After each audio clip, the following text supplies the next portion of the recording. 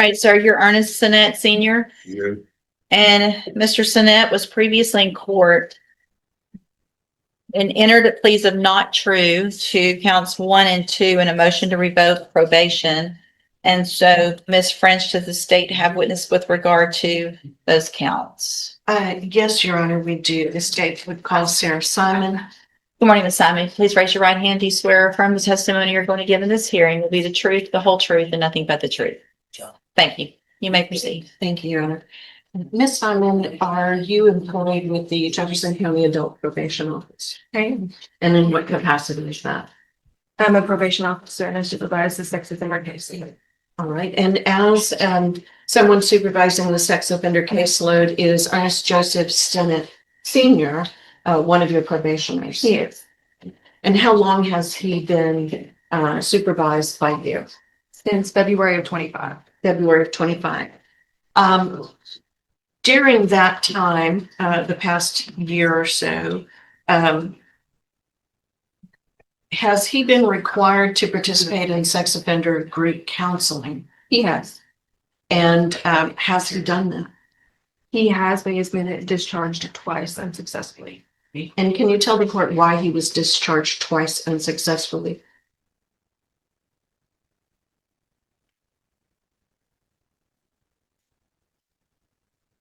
The first time he was ordered to take a sexual history, the sexual history polygraph with Julie Ayala. He did not show up for the polygraph, nor did he call Miss Ayala about not attending. He's been very adamant about his about not being guilty for his offense. He doesn't accept responsibility for his behavior. So he was ordered to attend with Mr. Simon, and Mr. Sinnett was aware that he was going to have to take another polygraph with Mr. Simon as well. I advised him to set aside funds for that polygraph since he cannot afford it with Miss Ayala, and he did not do that with Mr. Simon. He was discharged for continuing to deny responsibility for his offense behavior and did not adhere to his financial obligation for treatment services. So what you've testified to with regard to any failure on Mr. Sinnett's part are both condition 28 as alleged and condition 29 as alleged in the MTRP? Yes, sir. And just to be clear, is Mr. Sinnett here in the court today? Yes. And can you identify him by an article of clothing he's wearing for the court? He's wearing a black sweater. I asked that the court, I'm sorry, I just drew a blank. I've already asked him his name, and he Okay. has stated that he is, in fact, Mr. Ernest Sinnett Sr. Okay. This is a 10-year probation term, is that correct, deferred? Yes, sir. And did you prepare the PSI? I did. And ask the court to take judicial notice of the PSI? I will do that.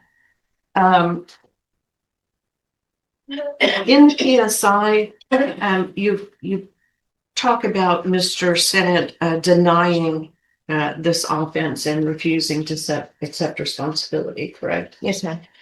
But yet he's on probation because he pled guilty Correct. to this offense. Yes. And are you aware that he also had one case dismissed as part of his plea negotiations? Yes. And that would have been 21-37108. Yes, ma'am. So initially, he was charged with indecency with a child by contact for in 2 cases, same victim, not just one. I'm objection. That's relevant. The case has been dismissed. It shouldn't have any part of this. It was part of the original plea agreement. That's overruled. And at this time, what is probation recommending for Mr. Sinnett? ISF cognitive chat is available for Mr. Sinnett, but I don't think it's appropriate in this. I'll pass the witness, Your Honor. Thank you. Any questions? Yes, Your Honor. So he actually attended the program, correct? He did. And he was kicked out, and you or whoever knew he had an issue with funds to pay for the polygraph, correct? Yes, he did receive reduced rate of charge with Mr. Simon. He went from $30 to $15. He worked with his budget. But it is true that Mr. Sinet said, I don't have the funds and I can't afford to pay it. He did. And that's ultimately why he was kicked out of the program. He didn't pay it. And didn't take the polygraph. Yes. No further questions, Judge. Just a couple, Your Honor. Sure, go ahead. Ms. Simon, is it a requirement of Mr. Sennett's probation that he maintain employment? Yes, ma'am, but Mr. Sinet does receive disability. Okay. Pass the witness. No other questions. Do you know how much the disability is a month? It last I remember it was in the 900s. I don't know if it was changed. How much do you, raise your right hand? Do you swear affirm the testimony you're going to give in this hearing will be the truth, the whole truth, and nothing but the truth? All right. How much do you receive in disability a month? $1,064. Okay. And where do you live? I live in an apartment. Who pays for that apartment? $235 a month. 235. So you get housing. Section 8. Section 8. So your part of it is 235. Your part is 235 of the rent. Yeah, Okay. And do you also get SNAP benefits or food stamps? $50 a month. Okay. Any other benefits that you receive? Whatever. Do you have a vehicle? Yeah, I'm paying 400 and some dollars on my car note. And do you live with, are you married? No, Do you live with someone else? no, I live in my own apartment. Nobody lives with you? No, Are the electricity and all of that, is that paid for through the apartment or do you pay any of I that? pay the light bill. How much is that about a month? It runs bears is like $70 to $80 a month.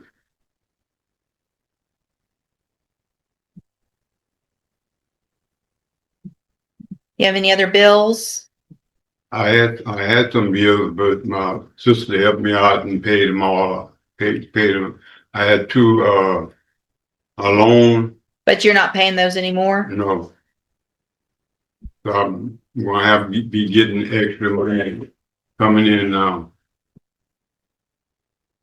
So that's okay. So the polygraph is $15. No, ma'am, that was the weekly The session. weekly sessions are $15. And how much is the polygraph? Runs around $250. And Mr. Sinet has been on probation since February of last year, so a year and a month or so, Yes, ma'am. and given time to save up for that, all that time with the two different providers. He hasn't been attending since he was last discharged. That's when I filed this NTRP. But whenever he discharged from Miss Ayala, I told him to set the funds aside and communicate that with Mr. Simon so he could pay for the loan. Okay.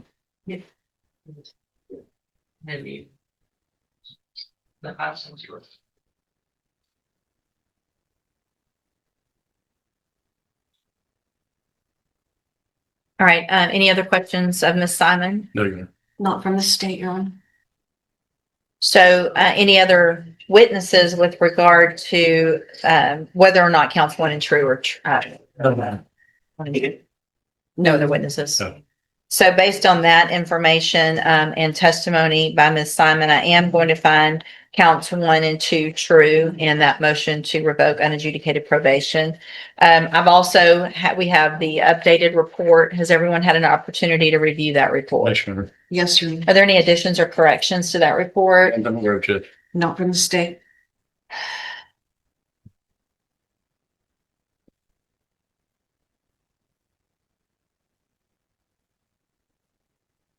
Mr. Parker, you may proceed. Your Honor, I think my questions are playing our position. He attended it. It's what he's relayed to me is it's always been an issue with money that he couldn't afford to pay for the polygraph. He told me he thought it was $300 and he just couldn't afford it. And I think he'd like to address the court, Judge. Go ahead, sir. I didn't have the 300. I was paying my money and the $25 a week. And then all of a sudden she jumped up and said she would give me 6 months to pay, to save the money up. And all of a sudden she changed her mind and, did a 6 months, it was 3 months or something like that. And I just didn't have the $300. I was paying I was going to the therapy. I was paying the $25 a week. But when you were going to the therapy, you were denying that you had committed the offenses still, correct? Yes, yes. Okay. When I went to the PSI and stuff like that, and then I talked to the probation officer. Mr. Sinet, so the thing is, I recall all of this because your case went on for so long. Because it was, we're set for trial. No, we're going to plea. We're set for trial. We're going to plea. I did it. I didn't do it. I'm going to take responsibility. I'm not going to take responsibility. So it's not usually a good thing when I recall all of those things, because I'm pretty sure we had a jury ready to go. And on the day of trial, last minute, or maybe even after we selected, I can't remember. It was truly at the last minute. You came in front of me, swore under oath, and pled guilty that you did these things. Nobody forced you to do that. I know I went over it at length because of the history of all of this. Can I say something? My witness was not called, was not being called into trial and stuff. I was coerced into doing what I done. So the problem with that story is that I was here and I was a part of it. And you had every right to, there's no one asked for, I know your attorney did everything he could. And I know we talked about that witness. I remember some about that. But the other side of that, though, is I told you that day, don't play guilty if you didn't do it, because you're swearing under oath, which means you lied under oath, is what you're telling me. But I don't believe that. I believe that there is something that happened. You did plead guilty. There's information in here. And so the biggest problem that I have is that you're on probation for a very serious offense that you're saying you didn't do, which means the treatment can't really help you even if you were to do it, because you're not taking responsibility for what you did. I also believe that over that amount of time with probation working with you, getting you with a provider that charged substantially less, that you had the ability to, over at least the time frame that you were on probation before that motion was filed, to come up with the money for the polygraph, which is required. I've done some math. I know you don't have a lot of money, but you also don't have a substantial number of bills. And had you saved just a little bit each month, you would have been able to pay for that polygraph as required. Anything else, Mr. Parker? Nothing else, sure. They gave me. Hang on. They gave me 6 months to save my money and stuff like that. Right. And then all of a sudden she changed it. The 3 months. But then you were with another and you got with Mr. Simon and you still did. When I went with him, he told me, say, Mr. Sinet, you don't have to pay the $15. Go ahead and save the money for your lie detector test. Then all of a sudden he changed his mind and told me that he wanted me to pay the money for the $15. So, but see, Mr. Sinet, what you're saying is, again, you're putting responsibility on other people. I find it hard to believe that they both just lied to you. That both of these doctors just lied and said, I'm going to give you this. And then all of a sudden they said, nope, never mind. I'm going to kick you out. That they don't work like that. I think what it was, Judge, is that once he didn't accept responsibility, they say now you're required to take the polygraph. That's why it bumped the time up. That's his story. Well, consistent with that. And that goes back to Right. not I taking understand. responsibility. Yes. So which gets us where we are anyway. So Miss argument with regard to any other argument. Right. I want to keep him on probation. I think the cognitive track would be a great thing for him. I think he was making efforts to do the probation and do the classes, and I think the cognitive track is the perfect thing for him. Ms. French? Yes, Your Honor. From the state's perspective, Mr. Sennett pled guilty to a very serious charge, a charge of indecency by contact with a child who was, if I can see quickly here, I'm looking for I've lost it. A 14-year-old child, family. regardless. 14-year-old family friend. Yeah, below the age of 17, 14-year-old family friend. The state, as part of that agreement, dropped another charge. And yet here we are a little over a year later. And now Mr. Sennett is saying, I'm not guilty. I didn't do this. Not taking part in the things that he is required to be active in, the sexual offender training.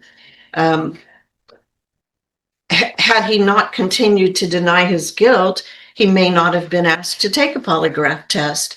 But either way, we're a year into this with no active participation, no positive participation, and still a denial of guilt for sexual contact and decency by sexual contact with a child.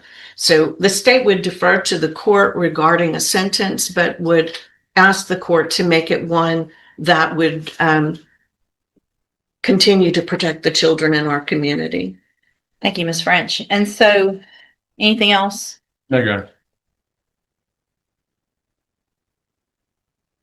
So, Mr. Snett, I'm looking back also at the original pre-sentence report. Obviously, we had the issues of whether or not you accept responsibility, and that was a 10-year cap, which means on that day, against the argument of the state's attorney and against the wishes of the family of the victim in this case, I sentenced you to probation.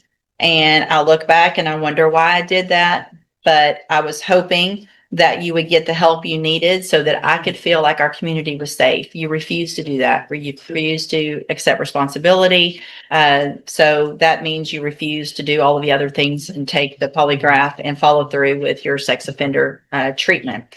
So at this time, in cause number 21-37107, I'm going to find again counts 1 and 2 true, find sufficient evidence at this time to find you guilty.